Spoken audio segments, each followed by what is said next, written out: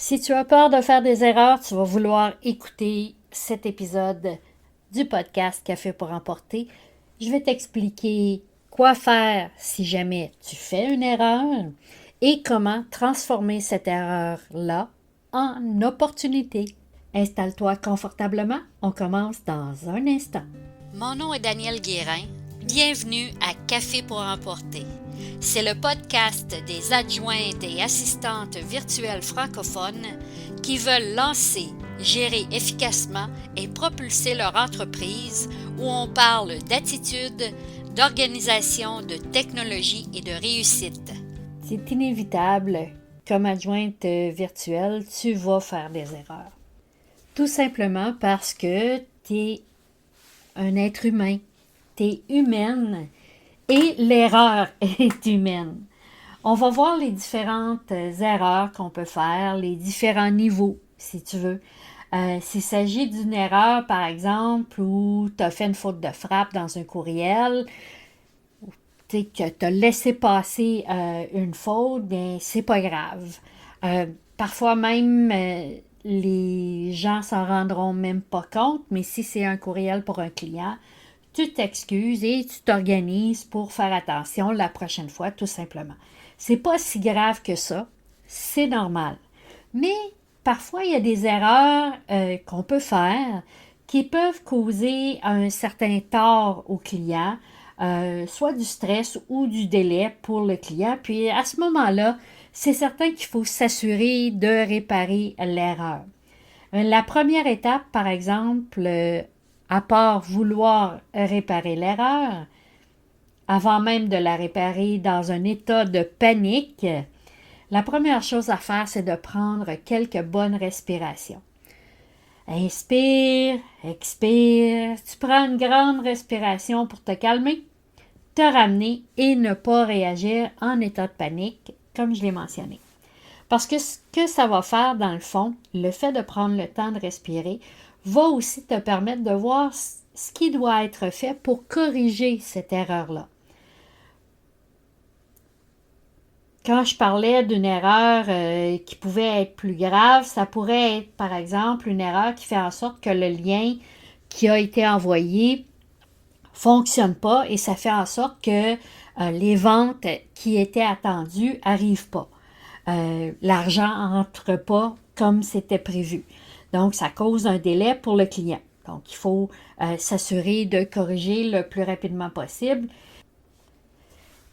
Et bien sûr, informer le client de la situation si c'est pas le client qui nous a informé de cette erreur-là.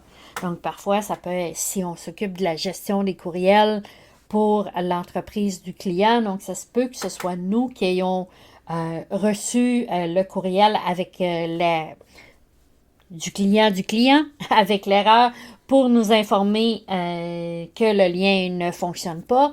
Bien, à ce moment-là, c'est important de corriger, oui, de fournir le bon lien, d'aller réparer et puis d'en informer le client. Dans un cas comme ça, bien sûr, ça peut nécessiter de faire des excuses, mais parfois, c'est pas nécessaire de s'excuser ou tout le moins, ce qu'on peut faire, c'est simplement admettre j'ai fait une erreur et voici comment je vais la corriger. Je vais éviter que ça se répète. Donc, pour moi, ça vaut beaucoup plus qu'un je m'excuse ou je suis désolé au client.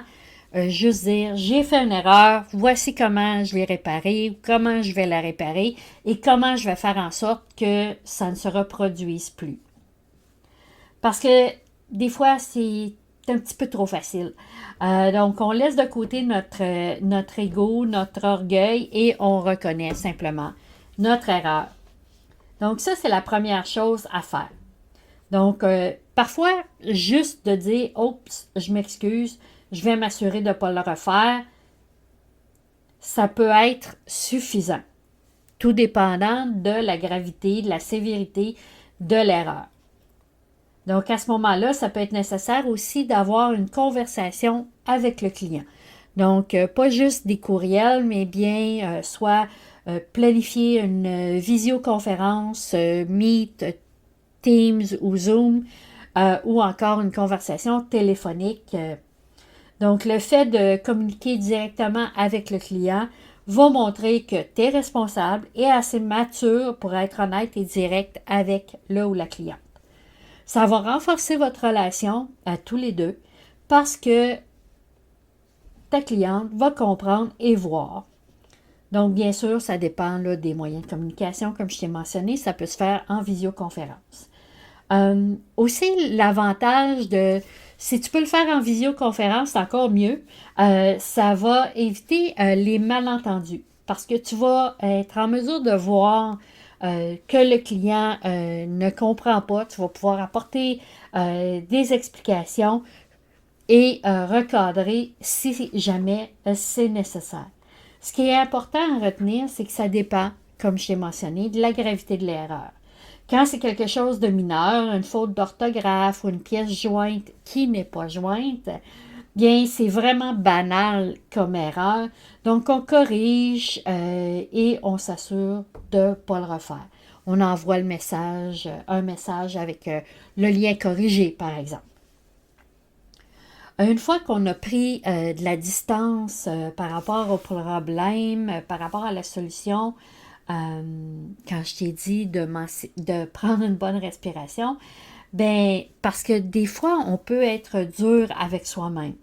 Donc, il faut prendre aussi du temps pour se calmer quand c'est possible, surtout si c'est quelque chose de plus grave. Parfois, on a tendance à paniquer et à vouloir corriger un peu trop rapidement. Donc, c'est important de prendre du temps de recul. Puis là, je ne te parle pas de prendre une journée ou deux. Des fois, c'est juste de prendre le temps de bien respirer, de s'aérer l'esprit, peut-être d'aller marcher, de revenir, donc de trouver des solutions calmement. Donc, je veux que tu te rappelles aussi que tes erreurs ne te définissent pas. C'est important de garder ça en tête. Comme entrepreneur, c'est normal qu'on soit fier du travail qu'on fait, de la qualité du travail qu'on livre, du service qu'on fournit à nos clients. C'est normal, c'est ça qu'on vise. Mais il faut se rappeler que la perfection, c'est impossible. Des standards élevés, oui, tout à fait, c'est possible. L'efficacité, oui, c'est possible. La perfection, par exemple, non. Donc, c'est important de garder ça en tête et bien sûr, une chose en laquelle je crois beaucoup, c'est l'amélioration continue. Donc, et ça, c'est possible de s'améliorer constamment. Et une bonne façon d'éviter les erreurs, je me permets une petite parenthèse ici, qui est quand même importante, mettez en place des systèmes. Donc, mets en place des systèmes, écris tes procédures, écris comment tu fais les choses. Donc, je t'encourage à documenter tes procédures. Puis, si tu ne sais pas trop comment faire, il y a sur le site de l'Académie des adjointes, dans le kit Les Indispensables, il y a une trousse justement pour créer tes systèmes. Puis, tu as d'autres trousses super pertinentes pour ton entreprise dans ce kit-là. Et justement, la partie des systèmes, c'est quelque chose que j'enseigne dans la formation Deviens la boss. Mais les systèmes, ça fonctionne. Donc, et dans ce kit-là, tu as même des exemples des systèmes que tu vas pouvoir utiliser dans ton entreprise. Donc, aujourd'hui, avec le recul et avec l'expérience, ce que je fais habituellement, c'est des checklists. Donc, des listes d'étapes. Donc, étape 1, je me connecte au compte. Étape 2, je fais ceci. Étape 3, je fais cela, etc. Donc, et le fait de documenter, bien, ça évite des erreurs. Parfois, on peut être un peu plus fatigué, un peu plus distraite, etc. Donc, utiliser nos systèmes, nos listes, nos documents de procédure peut faire en sorte d'éviter des oublis et nous assure aussi non seulement de gagner du temps, mais également d'assurer le même résultat de qualité.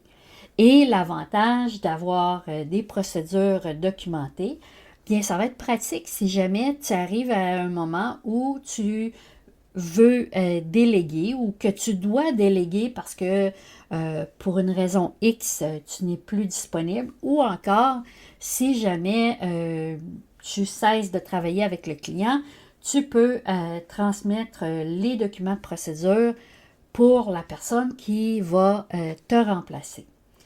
Donc, les systèmes, c'est pas nouveau, hein. Le meilleur exemple que je peux te donner, c'est McDonald's. Rick Rock, quand il est allé chez McDonald's la première fois, il a vu qu'ils avaient mis en place des systèmes et des procédures qui faisaient en sorte que tout, premièrement, que les hamburgers sortaient rapidement, que tous les hamburgers étaient faits exactement de la même façon, les frites étaient cuites pendant un temps précis à une certaine température. Donc, tout ça, dans le fond, ce que ça fait, c'est que ça fait gagner du temps et ça assure qu'on a produit un résultat de qualité à chaque fois. Donc, la prochaine fois que tu vas aller chez McDo, tu pourras penser à ça. Et c'est pas le seul endroit où on utilise des systèmes, mais c'est le meilleur exemple. Et la plupart du temps, les hamburgers, que tu les manges n'importe où au Canada, ils vont goûter la même chose, ils vont être préparés de la même façon. Donc, on récapitule. On se donne du temps pour se distancer, donc prendre de la distance du problème. Ensuite, on se rappelle tout ce qu'on a fait de bien, parce que parfois, on va faire une erreur, puis on a tendance à focaliser juste sur l'erreur. Mais c'est bon aussi de se rappeler tout ce qu'on a fait de bien pour le client. Ensuite, mets-toi à la place du client. Donc, si tu étais le client et que ton adjointe virtuelle avait fait l'erreur que toi, tu as faite, est-ce que tu chercherais à te venger de ton adjointe? Bien sûr que non. Pense à comment est-ce que tu te sentirais si ça t'arrivait, si tu étais le client au lieu de l'adjointe. Peut-être que tu te sentirais un peu irrité, mécontent, c'est tout à fait normal. Mais pense aussi à comment tu voudrais que ton adjointe s'occupe de corriger l'erreur. Comment est-ce que tu voudrais que ton adjointe réagisse et se comporte dans ce cas-là? Est-ce que tu as besoin qu'on s'excuse, qu'on corrige ou bien les deux? Et tu vas réaliser que si tu étais la cliente, bien, ce ne serait pas la fin du monde non plus. Donc déjà, ça va t'aider à te calmer et tu vas être en mesure de trouver une solution. Une autre chose que tu peux faire, et parfois tu peux avoir besoin de ventiler, donc d'en parler à quelqu'un. Idéalement, un collègue, ça va aider à diminuer l'impact de la situation. Puis peut-être qu'ensemble, vous allez être capable d'en rire, puis ça va désamorcer. Choisis un ami, une collègue qui a une bonne écoute, mais qui n'est pas en situation de crise non plus. Demande toujours la permission si tu as besoin de ventiler. Demande-lui si c'est OK et si c'est OK, bien vas-y. La troisième étape, ben, en fait, c'est la dernière étape. C'est là que tu vas ajouter de la valeur à ton entreprise et transformer tes erreurs en opportunités. C'est en te posant certaines questions. Alors, je te les donne tranquillement et tu pourras mettre sur pause et revenir écouter pour les prendre en note. Donc, mets sur pause pour les prendre en note et tu pourras les réutiliser. Première question, comment éviter que ça se reproduise? Donc, installe-toi à un endroit où tu pourras réfléchir sans être distraite. Est-ce qu'il y a des événements spécifiques qui ont mené à cette erreur-là? Donc, tu peux décrire toutes les étapes. Est-ce que, par exemple, Le délai est très court. Et puis, j'étais stressée et c'est pour ça que j'ai fait des erreurs. J'ai pas eu le temps de vérifier une fois supplémentaire parce que le client était pressé ou parce que j'étais pressée de livrer, parce que je m'étais engagée avec d'autres clients, etc. Ou bien, est-ce que l'incident s'est produit dans la suite des événements? Ou est-ce que l'incident s'est produit dans la suite des événements? Autrement dit, à quelle étape? Est-ce que cette suite d'événements va se reproduire? Est-ce que c'est quelque chose que je vais faire régulièrement dans mon entreprise ou pour mon client? Donc, je veux m'assurer que l'erreur ne se répétera pas, que ce soit avec ce client-là, si c'est ou encore avec un autre client. Parce que ça peut arriver aussi. Je te donne un exemple. J'ai des clients pour qui je fais la mise en page de documents pour l'auto-édition, l'auto-publication de leurs livres. Bien, il y a eu des situations où c'était peut-être pas nécessairement une erreur, mais ça me créait du temps supplémentaire, ça me demandait plus de temps où le document n'avait pas été révisé par la cliente avant de me l'envoyer pour la mise en page. Donc, ça a nécessité une deuxième et une troisième version de révision. Donc maintenant, ce que je fais, c'est qu'à l'intérieur des procédures, avant même que j'ai le document, j'ai une liste de questions et je veux m'assurer que la cliente a bien fait sa part à elle. Donc parfois, l'erreur ne vient pas seulement de nous. Donc on peut vérifier ces questions de réflexion-là servent justement à ça. Est-ce que c'est un incident qui est spécifique à un client ou ça va se reproduire aussi avec d'autres clients? Est-ce qu'il y a un processus, un système ou une procédure que je peux mettre en place pour éviter que ça se produise à nouveau? Est-ce que j'ai besoin d'autre chose de mon client en lien avec cet incident? Donc, ce que je te mentionnais un peu plus tôt quand je te racontais pour les documents qui n'étaient pas révisés avant la mise en page, bien, ça peut être de fournir à mon client les étapes pour qu'il puisse bien réviser, s'assurer que son document est vraiment un document final. Est-ce qu'il y a des compétences que je dois développer pour éviter que ça se reproduise? Est-ce que c'est parce que il y a certaines choses pour lesquelles je ne suis pas compétente ou assez compétente et c'est ce qui a fait en sorte que j'ai fait une erreur ou que ça n'a pas produit le même résultat ou le résultat attendu. Est-ce qu'il y a un système de soutien que je dois mettre en place pour éviter que ça se reproduise? Est-ce que, par exemple, je peux faire juste relire par une collègue ou demander au client de valider avant qu'on publie? Une infolettre, par exemple. Est-ce que je me sentais pressée? Est-ce que j'avais assez de temps pour faire un bon travail? Bon, ça, c'est sensiblement la même question, là. Donc, en te posant ces questions-là, bien, tu vas trouver la faille dans ton processus qui a mené à l'incident, puis tu vas pouvoir t'assurer que ça n'arrivera plus. Donc, c'est important, avant que je te quitte, de te rappeler que chaque erreur est une opportunité de t'améliorer. Donc, au lieu de t'auto-flageller, utilise-le comme une opportunité. Alors, je te souhaite une belle journée. Je te dis à très bientôt pour un autre café pour emporter.